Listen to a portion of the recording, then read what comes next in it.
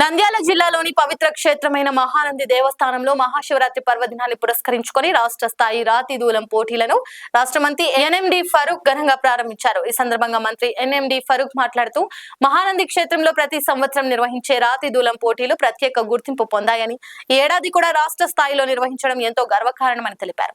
ఈ పోటీలు గ్రామీణ క్రీడలకు ప్రోత్సాహం అందించడమే కాకుండా యువతలో శారీరక దృఢత్వం, సాంప్రదాయాలపై ఆసక్తిని పెంపొందిస్తాయని పేర్కొన్నారు. ఈ కార్యక్రమంలో వివిధ జిల్లాల నుంచి వచ్చిన పోటీదారులు, భక్తులు, స్థానిక ప్రజలు పెద్ద ఎత్తున పాల్గొని పోటీలను ఆసక్తిగా వీక్షించారు. మహాశివరాత్రి సందర్భంగా మహానంది క్షేత్రం భక్తులతో కలకలలాడింది.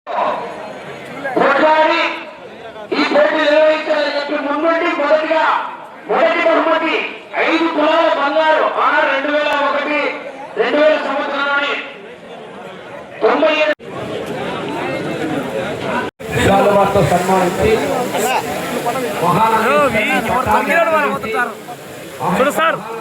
ప్రసాదాన్ని కూడా అందజేస్తున్నారు.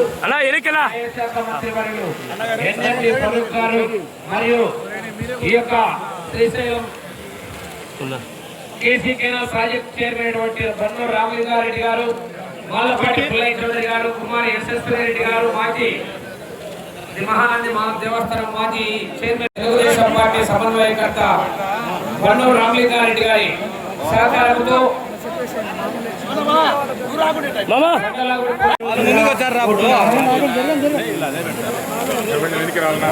మినిస్టర్ రావాలి సార్. చిన్నకొచ్చి గౌరవనీయులు RN Reddy Nandi breeding bull center పశుపోషకులు స్వర్గస్థులైన సందర్భంగా వారి యొక్క పవిత్ర ఆత్మకు శాంతి చేకూరాలని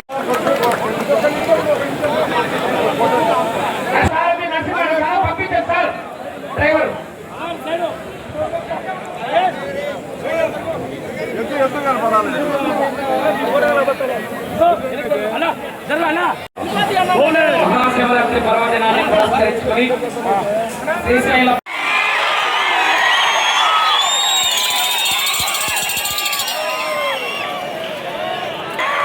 శ్రీ శ్రీ శ్రీ ఓంకార సిద్ధేశ్వర స్వామి ఆశీస్సులతో గోరెడ్డి కేశవరి 30 సంవత్సరాల నుంచి నిర్వర్తిస్తున్న మిత్రుడు ఉప్పు శివనారెడ్డి గారికి, రేవునాథ్ రెడ్డి గారికి కీర్తి చేసిన ఈ కార్యక్రమం మొట్టమొదటిసారిగా 1995-96లో పాపయ్య గారు ఉండేవారు. మేము గెస్ట్ హౌస్లో కూర్చుని అందరం మాట్లాడుకుంటూ ఆయన నుంచి మా దగ్గరికి సార్ రోడ్డు బాగాలేదు, ఆదాయం తగ్గిపోయింది, ఏ ఎంటర్టైన్మెంట్ లేదు, ఎదురు పదాలు బ్యాన్ అయిపోయింది, ఏదన్నా ఆదాయం పెంచే పనులు చేయండి దయచేసి అని చెప్పి ఆయన అడిగాడు. అప్పుడు మేమందరం కూడా మాట్లాడాం.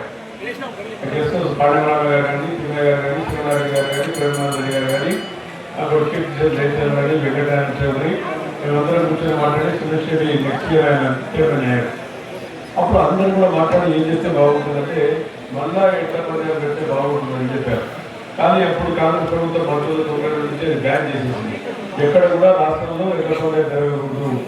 ఎందుకంటే ఈ అనిమల్ ప్రొటెక్షన్ యాక్ట్ ద్వారా జీవహింస చేస్తూ ఉన్నారు, పశువులు ఇష్టం కొడుతూ ఉన్నారు, వారు పశువులు సంరక్షణ చేయాల్సిన అవసరం ఉందని చెప్పి బ్యాన్ చేశారు. తర్వాత నేను డిప్యూటీ స్పీకర్ అయిన తర్వాత డిప్యూటీ స్పీకర్ అయిన తర్వాత నేను ఎంపీ గారి గురించి మాట్లాడాను.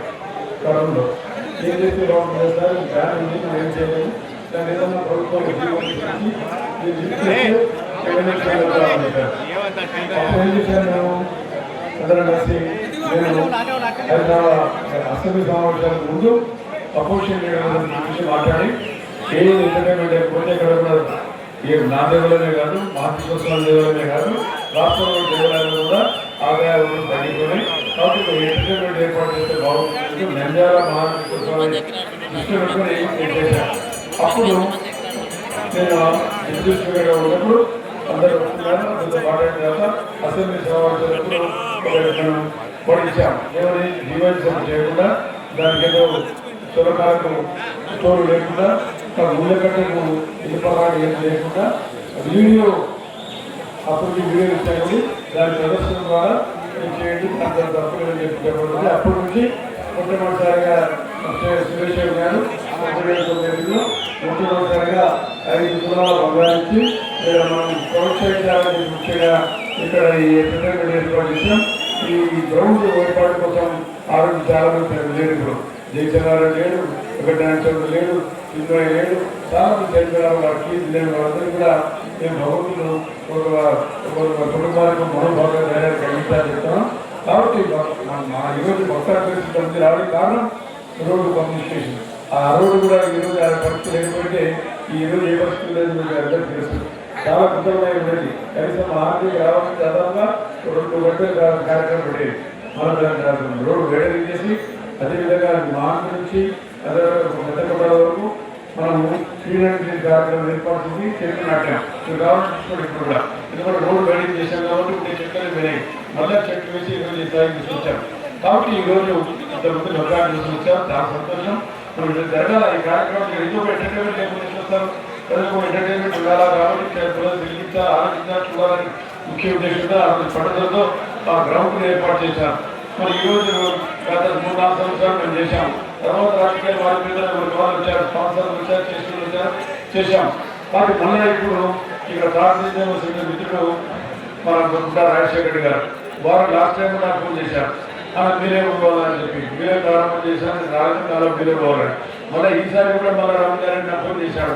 అసెంబ్లీ సమావేశాలు ఉండే రామగారిని గుంటరాజు ఇక్కడ చూసుకుంటే గుంటరాజు ఏదో పరమేశ్వరుడు వస్తారని చెప్పి మళ్ళీ నాకు జ్ఞాపకం కలిగించారు. ఏదైనా సరే మీ అందరూ దర్శనాలుగా జరిగింది. ఆ మాతృ రాష్ట్రంలో మా ఉత్తర నా కార్యక్రమం ఎన్నికల కార్యక్రమం కూడా ఇక్కడి నుంచే ప్రారంభించలేదు. ఇక్కడ నుంచి చేసి మేమందరం కూడా ఎన్నికల్లో మొట్టమొదటిసారిగా తీసుకోవడానికి మా టెంకాయ కొట్టి ఆలోచన చేసి మన ఎన్నికల్లో కూడా మన విజయనగరం రాష్ట్రాన్ని మొదలుపెట్టేవాళ్ళం. కాబట్టి భగవంతుడు కార్యక్రమం మహాశివుని ఆశిస్తున్న ముఖ్యంగా తెలియజేస్తున్నాను.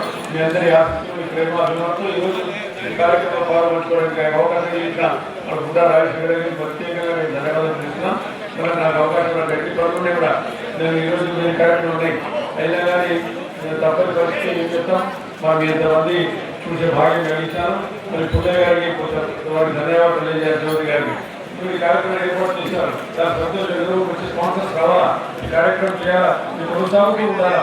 ఇక్కడ ఇస్తే మీరు కొనసాగుతుంటేనే మనకి ఏదన్నా కాబట్టి మనం చూడడానికి కానీ మీరందరూ కూడా తోడ్పాటు చేశారు. చాలా సంతోషం. ఎందుకంటే ఆ రోజు ఆదాయం లేదు. ఆయన పాప వచ్చి ఇది వచ్చి ఆదాయం చేస్తారని చేరి ఆదాయం ఉంటే అప్పుడు ఇది గ్రామం వచ్చింది. అప్పుడు మిత్రులు చెప్పారు కదా వీళ్ళంతా తోడ్పాటుతో ఇది వచ్చేయడం జరుగుతుంది. సరే ఎన్నికలు మారింది, మన నుంచి పోయి మాట్లాడడం కావడంతో లైక్ చేయండి, షేర్ చేయండి, సబ్స్క్రైబ్ చేయండి. మరిన్ని వీడియోల కోసం బెల్ సింబల్ పై క్లిక్ చేయండి.